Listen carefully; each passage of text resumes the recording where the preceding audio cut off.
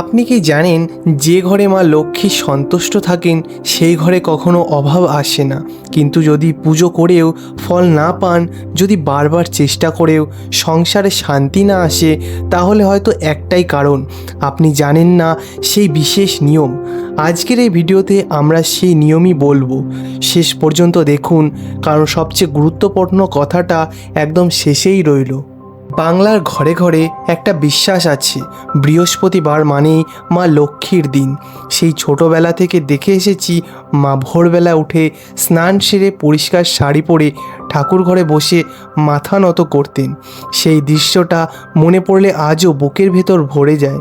শাস্ত্র বলে বৃহস্পতিবার হলো মা লক্ষ্মীর বিশেষ দিন। এই দিনে যে মন থেকে পুজো করেন, মা তার ঘর থেকে কখনো মুখ ফেরান না। কিন্তু শুধু দিন মানলেই হয় না, নিয়মও মানতে হয়। আমাদের পূর্বপুরুষরা জানতেন সেই নিয়ম, তারা বংশ পরম্পরায় মেনে এসছেন। কিন্তু আজকের এই ব্যস্ত জীবনে সেই নিয়মগুলো হারিয়ে যাচ্ছে। আর তাই হয়তো অনেক ঘরে পূজা হয়, কিন্তু মায়ের আশীর্বাদ পৌঁছায় না। আজ সেই হারানো নিয়মগুলোই আপনাদের সামনে তুলে ধরবো।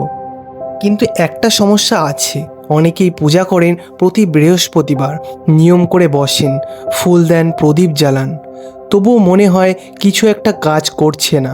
সংসারে শান্তি নেই, অর্থকষ্ট যাচ্ছে না, মনের মধ্যে একটা অস্থিরতা থেকেই যাচ্ছে। কেন এটা হয়? কারণ অজান্তেই কিছু ভুল হয়ে যাচ্ছে।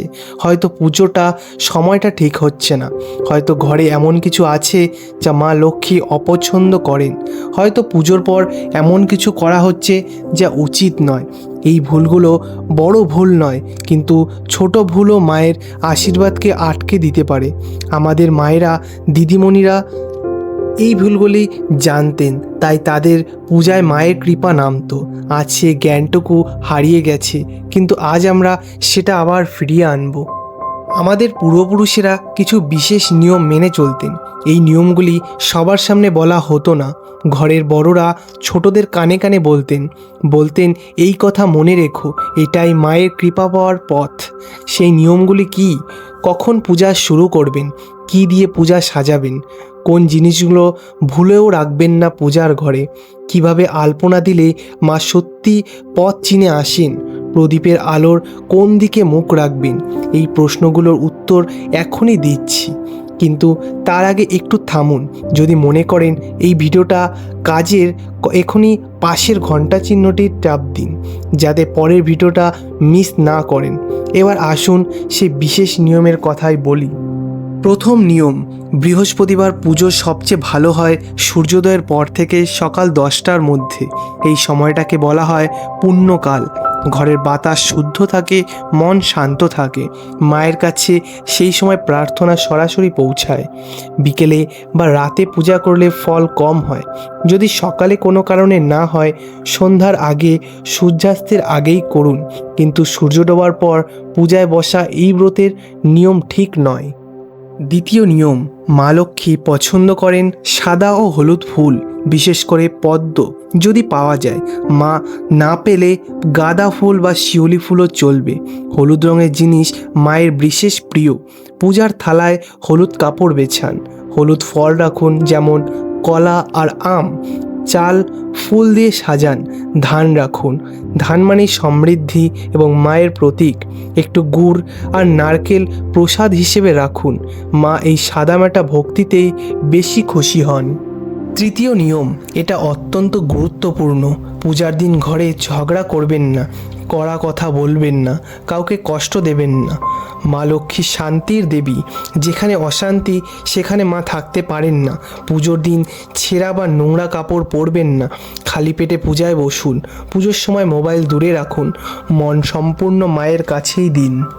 চতুর্থ নিয়ম, বৃহস্পতিবারের উপবাসে মায়ের পূজা বিশেষ গুরুত্বপূর্ণ। সারাদিন উপবাস না রাখা গেলেও অন্তত সকালে পূজা শেষ হওয়ার পর আগে কিছু খাবেন না। শরীর শুদ্ধ থাকলে মনও শুদ্ধ থাকে, মন শুদ্ধ থাকলে প্রার্থনা সত্যিকারেরই হয়। পুজোর পর প্রসাদ দিয়ে উপবাস ভাঙুন। এই একটা নিয়মই অনেক কিছুই বদলে দিতে পারে। পঞ্চম নিয়ম হলো দরজার সামনে আলপনা দিন, সাদা রং দিয়ে পায়ের ছাপের মতন আঁকুন, যেন মা ঘরে আসে হেঁটে হেঁটে আসছেন। এই আলপনা শুধু সাজসজ্জা নয়, এটা একটি আমন্ত্রণ মায়ের জন্য পথ তৈরি করা।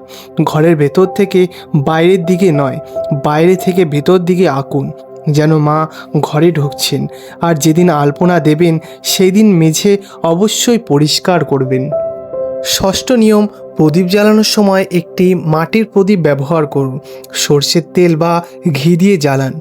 প্রদীপের মুখ পূর্ব বা উত্তর দিকেই রাখুন। পূজার সময় প্রদীপ যেন না নেভে, যদি নিভে যায় আবার জ্বালান, কিন্তু মনে হতাশা আনবেন না।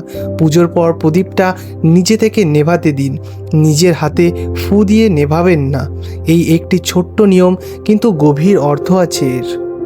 সপ্তম নিয়ম, পূজার ঘরের মেঝেতে বা থালায় আলতা দিয়ে পায়ের ছাপ আঁকুন। ছোট্ট দুটো পায়ের ছাপ, যেন মা এসে দাঁড়িয়ে আছেন। এই বিশ্বাসটুকু অনেকটাই বড়। যে ঘরে মায়ের ছাপ থাকে সেই ঘরে মা কখনো পর হন না। সন্ধ্যায় পুজোর পর এই ছাপের সামনে একটু বসুন, মনে মনে বলুন, মা তুমি এসেছো, আমার ঘর আলো হয়েছে। অষ্টম নিয়ম, পুজোর আগের রাতেই ঘর পরিষ্কার করুন। বৃহস্পতিবার সকালে মেঝে মুছুন। পুজোর ঘরে পুরনো ফুল, বাসি জিনিস রাখবেন না। ঘর পরিষ্কার মানে শুধু ধুলো সরানো নয়, মন থেকেও পুরনো দুঃখ, রাগ বা ঈর্ষা সরিয়ে দিন। মা লক্ষ্মী যেখানে পরিচ্ছন্নতা দেখেন সেখানেই বাস করেন। এটা শুধু বিশ্বাস নয়, এটাই সত্য। নবম নিয়ম, বৃহস্পতিবার পুজোর পর সেদিন লোহার জিনিস ক্রয় বা বিক্রয় এড়িয়ে চলুন। এই দিনে কাউকে খালি হাতে ফেরাবেন না।